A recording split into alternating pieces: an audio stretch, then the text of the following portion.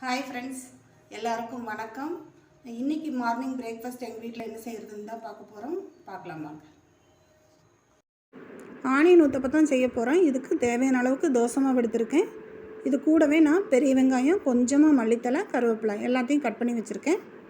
இதுக்கப்புறம் நம்ம அடுப்பை பற்ற வச்சுட்டு ஒரு பாத்திரத்தை அடுப்பில் வச்சுட்டு கொஞ்சமாக எண்ணெய் ஊற்றிக்கலாம். எண்ணெய் ஊற்றிட்டு கடுகு சேர்த்திக்கலாம். கடுகு நல்லா பொரிஞ்சதும் வெட்டி வச்ச வெங்காயம், மல்லித்தலை எல்லாத்தையும் சேர்த்து நல்லா ஒரு வதக்கிக்கலாம்.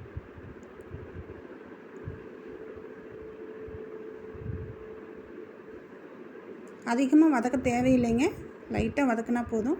கொஞ்சமாக உப்பு சேர்த்திட்டு லைட்டாக வதக்கிக்கலாம். நல்லா வதக்கியாச்சு. இப்போ பாத்திரத்தில் சேர்த்திக்கலாம். மாவோடு சேர்த்து நல்லா மிக்ஸ் பண்ணிவிட்டு தோசை மாவு பதத்துக்கு நல்லா இருக்கான்னு பார்த்துக்கோங்க.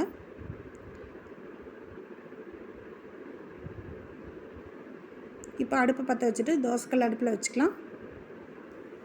கொஞ்சமாக எண்ணெய் விட்டுக்கலாம். இப்போ கொஞ்சம் கொஞ்சமாக சின்ன சின்ன ஊத்தப்பமாக ஊற்றி எடுத்துக்கலாம்.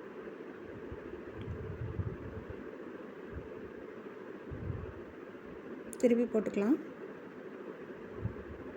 அவ்வளோதாங்க, ஈஸியாக குயிக்காக ரெடி பண்ணிடலாம். இதே மாதிரி அடுத்ததும் ஊற்றிக்கலாம்.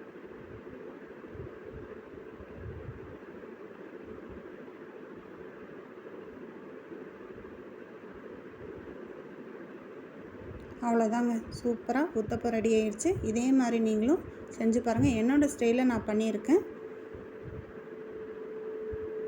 இதே மாதிரி நீங்களும் செஞ்சு பார்த்துட்டு எப்படி இருக்குதுன்னு உங்கள் ஃபீட்பேக்ஸ். அவ்வளோதாங்க, ஆனியன் ஊத்தப்பம் சூப்பராக ரெடி பண்ணிவிட்டேன். என்னோடய ஸ்டைலில் நான் பண்ணியிருக்கிறேன். உங்களுக்கு பிடிச்சிருந்துச்சுன்னா இதே மாதிரி நீங்களும் செஞ்சு பாருங்கள். ரொம்ப ஈஸியாக பண்ணிடலாம்.